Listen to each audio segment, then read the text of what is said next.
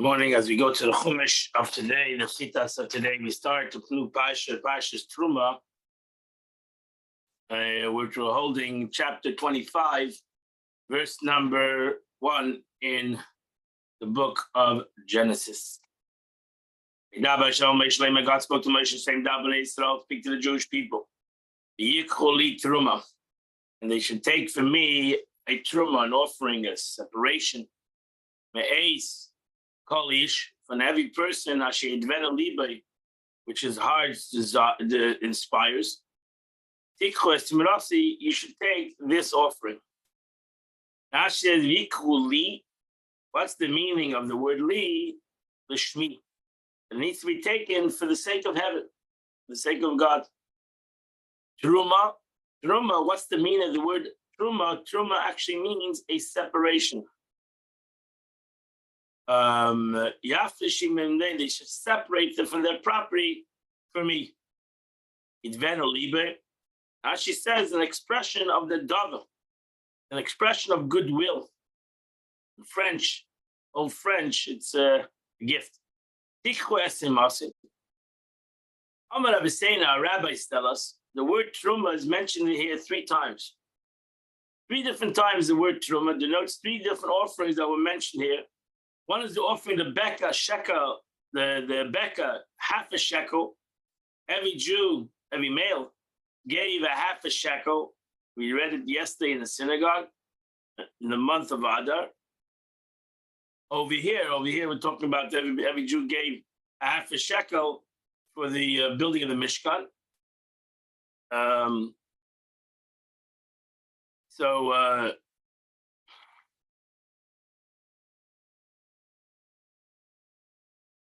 every person gave this half a shekel, as it's explained, as made for the sockets, and this is delineated. This explained the Pash of Eilad Kodei. These are the counts. Another is the offering of Becca per head for the community of coffers. That was for the communal offerings. Another was an offering for the Mishkan, the building of the Mishkan. Each one of Jews can donate what they want. 13 materials mentioned in this section, this chapter, were all required for the work of the Mishkan, for the garments, the Kehanim, as we'll find when we study them closely. This is the offering we should take for them: Zav, Chesed, and Necheshes, gold, silver, and copper. She says, Kulam Bab and David, they were all given voluntarily. Each person gave what his heart inspires him to give, except again for the silver, which they gave equally a half a shekel. Each individual. We do not find throughout the entire work of the Mishkan that more silver was required. As it says, the silver, the community of the senses, a backup for the head. So we know exactly. Ultimately, Moshe Rabbeinu tells everything that was given, but over here that we know exactly the amount of silver that was given to the what was put in the Mishkan. So the half a shekel that was used for the sockets in the temple, as we'll learn later. Okay, let's find Gaman and all the blue and purple and crimson wool. Lashani, sheish mazah, linen, and goat's hair. Ashet cheles is a wool dyed with blood of the chilase, an animal which bears the blue color. Argaman is wool dyed with a kind of dye named argaman. And sheish is pishtan, is linen. The izim, Rashi says, the hair of goats. If Uncle rendered me easy, what comes from goats, not the goat itself. Meaning not the goat's skin even. We're talking about the goat's hair. You have to use red. We need red skin, dyed red. And techashim skins. Shittim and acacia wood. You need to have dyed red. They were dyed red after being tanned. The chashim, this was a species of animal that exists only for a short time. It had many givonim, had many colors on this animal. Because rendered it Susgana, because it rejoiced in its, it was like a peacock. Oops. Sorry. It rejoiced in its colors. Where did they get? Rashi gets the question, where did they get trees in the desert? And Tamchum explains that our father Jacob foresaw with the Holy Spirit that the Jews were destined to build a Mishkan in the desert. So he brought them cedars in Egypt, planted the cedar trees in Egypt, and he commanded them that when they left Egypt, they should take these cedar trees. They must have schlepped a lot of cedar trees out of Mitzrayim. So with all the schlepping and everything that they carried out of Mitzrayim, they carried these cedar trees too. You need to have oil for lighting. You need spices for anointing oil. Look, there's a salmon for the incense that was brought in the incense altar in the temple. Shemelamur, Rashi says this is pure oil that continually kindle the light. The Shamel Hashem Mishnah, which was made, this is oil which is made, anointed the vessel of Mishkan, which we'll learn later. All the vessels had to be anointed, and the Kehanim. The Mishkan itself sanctified them. Spices were required for it, as later told in Parshas Kisisa. Look, Teres Asamim, you need to have spices for the incense. This was they burned every evening and morning, as it's plain in Ata Titzava. The word Keteris means raising of the smoke. Keteris, the rising of the smoke. Kitur, a column of smoke. So that's the word Keteris. You're going to hear a lot of Keteris in the Torah. And the word Keteris means something that goes up, a smoke, column of smoke that went. You need the shoyim stones and the filling stones. The ephod v'lachoshin. For the ephod and for the breastplate, the choshin. These are two that we need in the Mishkan for the ephod. We're going to mention later. These are the two stones that are on top of the shoulder of the Kohen Gadol. The luyim, why are they called fitting stones? And they make them set in gold, like a sort of a hole. And the stone was placed there to fill the hole. So a hole, a fitting for the stone.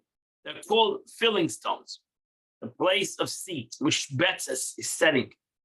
So there's setting for the stone. Shoyim stones for the ephod, and the filling stones for the choshin. The ephod had these two stones, shoyim, and the breastplate that sat on the chest of the Kohen Gadol had these 12 stones. The ephod, the choshin would have claimed V'ata Tetzaveh. This is explained later, next week's parsha, and these are the types of ornaments worn by the Kohen. We shall make for me a sanctuary, I'll dwell in their midst. Rashi says again, over here the Torah uses the word li, and he shall make my name a sanctuary. You make it for my name. It's a little shema, for the sake of heaven. According to what I show you, the pattern of the Mishkan, the pattern of its vessels, this is what you should do. Rashi says, pattern of the Mishkan, this verse is connected to the verse above it. They shall make me a sanctuary according to that I show you. I'm going to be the architect of this Mishkan. And the show says should do that means for future generations. One of the vessels is lost. But when you make the vessel of the temple, such as the tables, menorahs, washbins, basins, that Solomon made, so make according to the pattern of these that I will describe in the following verses. If the verse was not connected to that was written before it, it would have not have written, and they shall do. But so you do. What means you shall do in the future? Where do it end? And it was speaking about making the tent of meeting of the vessel. Therefore, we know the chen tasu, that means, and so shall they do for future generations. Verse number 10, also I did not say shit. Shall make for me a ark made out of acacia wood. A Masayim v'chetzi arka, 2.5 cubits its length. V'ama v'chetzi rachbay, and 1.5 cubits its width. V'ama v'chetzi kemasei, and 1.5 cubits its height. She says, like a chest. Arin is a chest, but they're made without any feet, like a box. But later, sort of a chest called in Old French, a chest or a box which rests on the bottom without being raised off the floor of attachment of legs. It's a piece of zaftar, and then you have to overlay it with pure gold. You buy it from the chutz, from inside and outside. That's where I should say the 3 boxes. Box of gold in the outside, a box of wood in the inside, and then another box of gold in the inside, in the ends. A sisal azeh zaf sabin, and you make a crown around it. She says, he buys some chutz, Tzalel made 3 boxes, 2 of gold and 1 of wood. Each one had 4 walls on the bottom, and they were open on the top. He placed the wooden one in the golden one, and the golden one in the wooden one, covered the upper rim with gold. Thus, it found that the wooden one was overlaid from inside and outside with gold. So ultimately, you could not see the gold, the wood whatsoever. Zerzov, like a sort of a crown surrounding above its rim, where he B'Tzalel made the outer ark higher than the inner one, until it extended upwards opposite the thickness of the ark cover. So the ark cover went into the box. So the outer box was higher than the rest of the 2 boxes, so that the cover sat into the box. So that when the ark was covered, the ark cover lies in the thickness of the world, the crown. So that's where you saw the crown. So the cover came into the box because the cover fit exactly in the outer walls of the box. So now when the cover went in, he put on the outer rim of the box this crown, a beautiful crown around it. The crown was a symbol, what we have today, the crown of the Torah, because the other symbolizes the Torah. And we put a crown upon it. And that's the crown, Kesed Torah, which is called Kesed Torah, crown of the Torah. You shall cast 4 golden rings on it. You put the 4 rings on its corners. 2 rings on one corner, 2 rings on the other corner. Now she says we have exact expression of casting. Renders the visa, its corners, they were attached to the upper corners, close to our cover. 2 of them were here and 2 of them were there, the other side, across the width of the ark. And the poles were placed into the rings. The length of the ark separated the 2 poles, 2.5 cubits, 1 pole, and the other pole, so that the people carrying the ark would walk between them. So it was explained in the Menachos in Gemara, chapter Shtelach. And the 2 rings that were 4 rings mentioned in the beginning of the verse explained to you that they were placed, the Vav, it's a purposeless Vishtei Tabos. And it is to interpret the Shtei Tabos, the 2 rings, but you can reconcile by interpreting it this way. The 2 of these rings shall be on one side, meaning, and 2 of the 4 rings mentioned in the beginning of this verse shall be on one side. Saleh means a side. Asitza v'adamatze shitim should make poles out of acacia wood. It's in peace, some zav, and you shall cover it with gold. The Rashi's body is matis. Body is matis, poles. In different words that we have for the concept of a pole, mata. Vases abadim batabois. And then you take the poles, you bring them into the rings, outside the which was on the sides of the Aron, lost its ben to carry the Aron. Verse number 15, but the poles of the ark shall be in its rings. You're not allowed to take it out of its rings. Because really the poles were there to carry. If the Aron was not being carried, why you need poles? The Torah tells us you're not allowed to take the poles out of its rings. It shall always be there. Forever.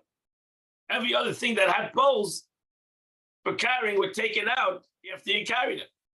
But over here, you left the poles in the ark forever. You shall place in this ark, because you had an empty middle. Shall place in the This is the 10 commandments. You shall put it in the ark. Which I'll give you. Rashi has a Sata Elon in the ark. This is a Torah which serves as a testimony between me and you. I commanded to fulfill the commandments is written on it, and that's what we put into the ark. Mentioned tomorrow, I'll use a book, but I believe everybody knows what the ark looks like. But as we go through the Torah, I'll show you picture and tell of what the Torah is talking.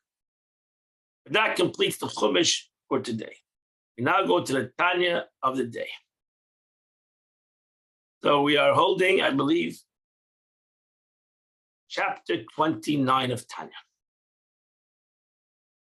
So in chapter 26, the Alter Rebbe stated that both depression and dullness of the heart produces a state of sluggishness. That's the terrible thing of depression, which prevents a person from overcoming the evil inclination. That's it. If we are depressed, or we are sluggish, or we are not excited, then it's very hard for us to overcome our Yetzer Hara, because it's Avodah. To overcome our evil inclination takes a lot of effort. Therefore, outlined from chapter 26 to 28, methods of overcoming depression arising from various causes. In this chapter, the Alter Rebbe will discuss the means of dealing with dullness of the heart. Timtum halev. We have dullness of the heart, just the indifferent. People that are indifferent, that just don't get excited.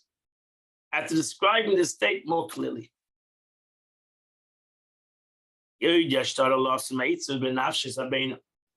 Those whose souls are in the level of a Beini must seek means contending yet with another difficulty. Occasionally, even frequently, the experience of dullness of the heart. The heart becomes like a stone. And they try as they might, they cannot open their hearts, especially when it comes to daven. For whatever reason, they just cannot awaken themselves. The Shumai. The Chassidus explains that prayer is a service of the heart in a twofold sense. Number one, it takes place in the heart. For in prayer, one strives to extend his intellectual apprehension of godliness into the realm of emotion experience of the heart. To love God and to fear God. That's the purpose of prayer. Number two, the object of prayer is the heart. For in prayer, one tries to transform the nature of his heart, to steer it away from mundane desires, to which it naturally inclines, and to direct it instead to a yearning of spiritual and godly. So that's the whole point. We're praising God, and that's why you understand why prayer is all about praising God and praising God, to be able to create this relation, the love of God, to have a love and appreciation of HaKadosh Baruch Hu. That's really what the whole concept of prayer is. To accomplish both of these objectives in prayer, the heart must of course be open and receptive. And thus the timtum halev. Timtum halev means the stuffing of the heart. Closing of the heart is a major hindrance. And it can be timtum halev for many reasons. Trouble, these has issues, has problems. And it's very hard when you have problems to awaken your heart for other things when you're busy. And also in the heaviness of his heart prevents him at times from waging war against his evil impulse. To sanctify himself with what's permitted matter. I told you at the end of last week's chapter that a person should even fight with things that he's allowed to have. Forget about things that he's not allowed to have. He should fight with his Yetzer Hara with things that are allowed. Now, if I don't have a koyach to fight my Yetzer Hara for things I'm not allowed to, how am I going to have koyach to fight my Yetzer Hara for things that I'm allowed to have? You're telling me I shouldn't enjoy the world and for the sake of the world? I have no koyach for that. I have no kvedas alev. I am not. My heart is too heavy. They say it's a Yutzah Hakadosh. This case, the device is given the Holy Zohar. The Zohar says at one time in Gan Eden, in the Academy of Paradise, Rav, and this was Rav in Gan Eden, was giving a lecture. And Rav said, Rav said an analogy. Rav was a great Tana in Pumbedisa, in Bavel. A wooden beam which does not catch fire. What do you do with a wooden beam? You want a wooden beam to warm your house. And the wooden beam is very dense, it's very thick. What do? Eventually, you have to break the beam. That's why you have to splinter the beam. And you knock it into pieces. And now when you take the beam and you knock it into pieces, now you can have fire. So you splinter it. And similarly, he said in Gan Eden, you have a body which the light of the soul does not penetrate. You get it? Cannot feel love of God. It's too dense. It's too loggy. The body is too thick. It has to be splintered. Has to be crushed. And hereby the body becomes receptive for the soul, as the Zohar concludes. So now the Zohar tells us the teaching of Rav and Gan Eden. Analogy quoted the Zohar, we see that the wood is made receptive to the flame. That's the way that God created wood. Wood burns. Rather, the flame being increased or improved to the point where it overwhelms the wood.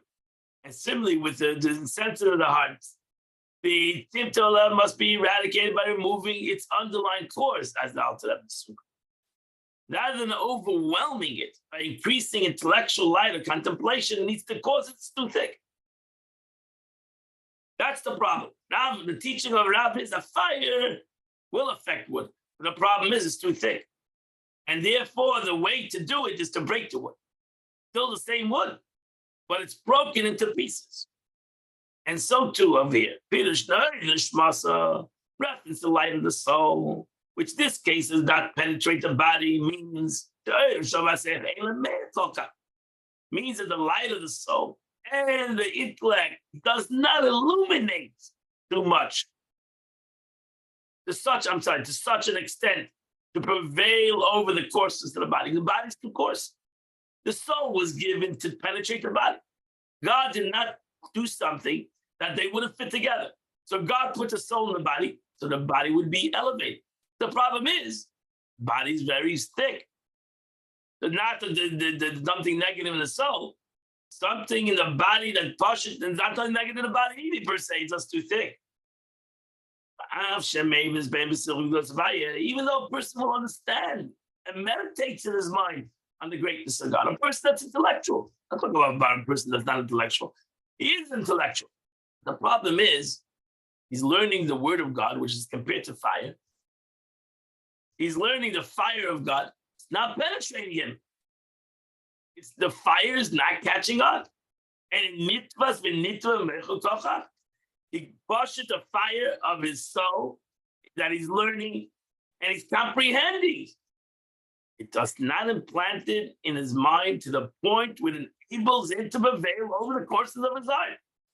Because the degree of the mind and the heart's course, the body is too heavy. And again, the body can be too heavy for many reasons. Many reasons. Person that's going through tsaris person that's going through pain and suffering, it's very difficult for him to concentrate on spirituality when he's very focused on physicality. Because of this deficiency, the arrogance of the clipper, of the animal soul. It is the power of my animal soul is so strong that it exalts itself above the holiness and the light of the divine soul. So that my divine soul is on fire, because I understand, I'm learning Torah, I'm dying, my soul's on fire. But it's not catching on to the body. The body, again, is very coarse. And the darkness of that its coarse, it obscures the darkness and darkens its light. That's the problem. So my soul could be on fire, but my body's not. That we need to learn how to bring humility to the body. Therefore, one must crush it and cast it down to the ground. Meaning, just as PV quoted an analogy, the beam is splintered so that it will catch fire. We need to break the body. We need to teach the body, or to explain the body who he really is. After that, one now proceeds to explain how this is accomplished. He points out that the personality of the Beinoni and his animal soul, the Beinoni says, I. He's referring to his animal soul. We learned to Maimon yesterday, I. The I is a terrible concept. Person that says I, he automatically shows on his ego. He's accentuating his ego, I. Thus, by crushing his own spirit, there's no I. It's not about me. It's not about I. About us, about we, I. Who am I? Crush is a sitrach. The crushing it out to Rebbe says in a Maimon yesterday we learned. Says you need to get rid of the I in the vocabulary. There's no concept of I. Because that I accentuates and builds my ego. I am something is the way I feel, the way I think, my philosophy. We're here to serve God. We're here to serve HaKadosh Baruch Hu. I know after the Kutshabrich, I'm the servant of God. And what does it make a difference? But I. What is the importance in the I? There's no importance. The importance in Ani Hashem Lekechem. I am God, your God. There's one I. And that is I am God, your God. And we need to learn that concept, the concept of humility. So when we always talk about humility, the Alter Rebbe says, get rid of the I. That's number one. If we want to learn humility, what means humility, how to do humility, you need to get rid of the I. Because the I, the second I say I think this way, I believe this way, I don't like this, I like this. Like, person needs to make time. Now that I will tell us when this time is, but a person needs to make time and start to put aside his I. Start to bring humility to himself. This means one must crush the sitracha, cast it to the ground by setting aside a appointed time for humbling oneself and considering yourself despicable and contemptible. You're not so special. I'm not so special. There's nothing I have. Everything I have is given to me by God. I didn't accomplish anything. I don't have anything. Everything I have is God has given to me. So what am I? I'm nothing. Everything I'm something is from God. Belev nishbar. Now a broken heart, ruach nishbar, leads to a broken spirit. That's your breaking. You're breaking the spirit of your I. You're breaking the spirit of your ego. Which is the man itself, his ego. So he realizes, he thinks that he is himself. His ego is him. I got to take care. I, myself. Selfishness.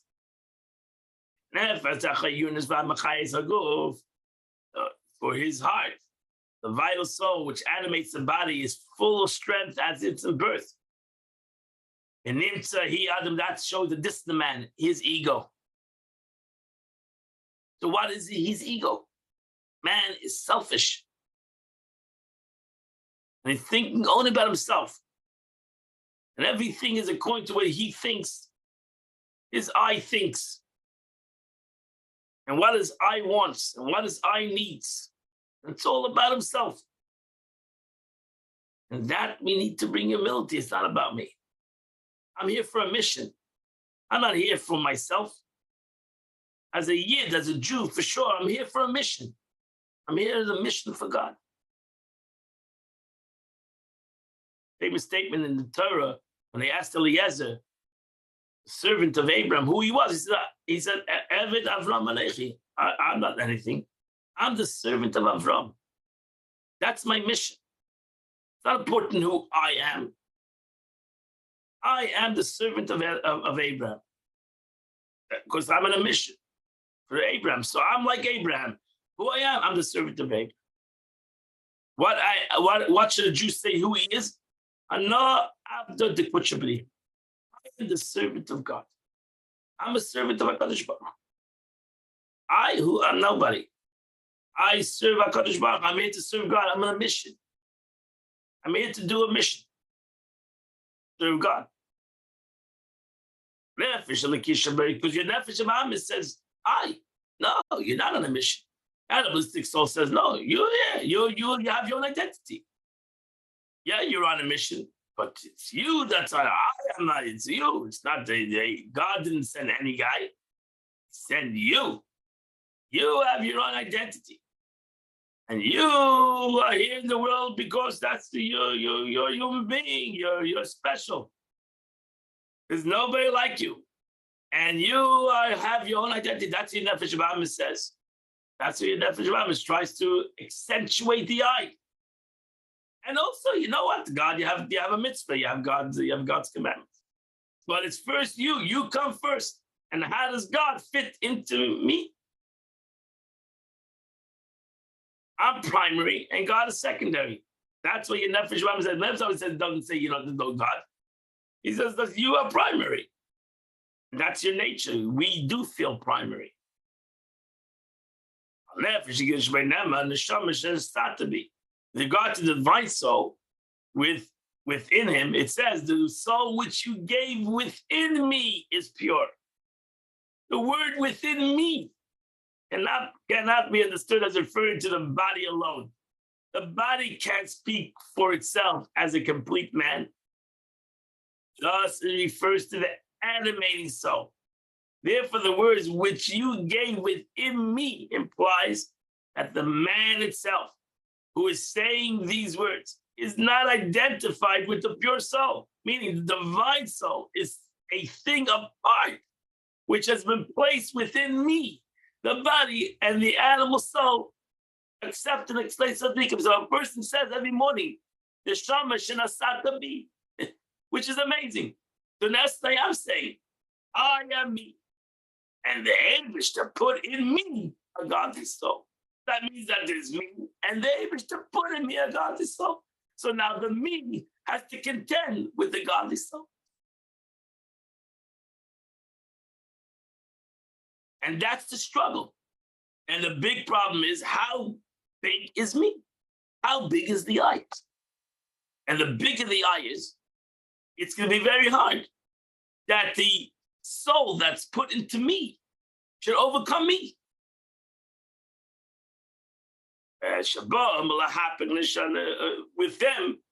With them, the behem, hula hefer, by a tzaddik is the contrary is true. By a tzaddik, what is he? He's the godly soul. The good for nikabas adam, and the body is called the flesh of man. It's secondary to man himself, the divine soul. So it's a question: what do you look at yourself? You look at yourself as a human being that has a godly soul, or a godly soul that has human attachments. A tzaddik looks at himself as a godly entity that has a human body. Most of us look at us as a body that has a godly soul. As you find the Gemara, that Hillel the elder would say to his disciples when he went to eat, He was going to do a favor to his lonely poor creature. Hillel say, okay, people, we have to stop learning because I have to go do a favor to my body. I got to do a favor to my body. My life is learning. But what should I do? That the Eibishter put in my life this body. And this body needs food. So therefore, we're going to stop to learn. And we're going to go do a favor to the body. That means that Hillel, in essence, said that I don't need to really. My purpose in life is to learn. That's my agenda and that's my life. But God took this godly soul, put it into a body. So now this body needs to have food. So the body needs to be taken care of. So that's a whole different attitude, the way a person looks at things. Either he looks at things as primary, his body, but he's a Jew, or he's American, or he's a human being, and he also is a Jew. Or you're primary, you're a Jew. And that's what you are. You're a godly soul. And you also are human beings. Your Yiddishkeit is close to the human being. The meaning of the body, he regarded his body as foreign thing, and therefore used this expression that he was doing a favor by giving it food. His body came to visit, and his body, you have the mitzvah to help your body. That's the difference. That's what he said. I'm going to do a favor to the body. We say the other. The body is the primary. I'm going to do a favor to the soul. I got to think about my soul. We mean you are only your soul. You got to think about your body. But it doesn't work that way. Because by obeying his soul is primary. And he got to think about his body's primary. And he's got to think about his soul. And then you see the great difference between a tzaddik in general and a Beini. Right away, you can see the great difference. And that's why it says, the difference between a tzaddik and a Beini is not like a couple of steps. It's vast difference between the two. He's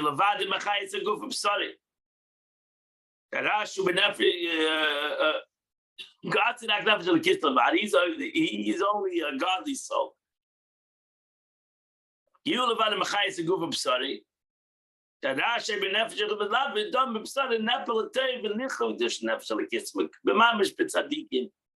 much as a tzaddikim, the evil that was in the vital soul pervading the body, the blood, the flesh has been transformed into good and completely absorbed into holiness of the divine soul.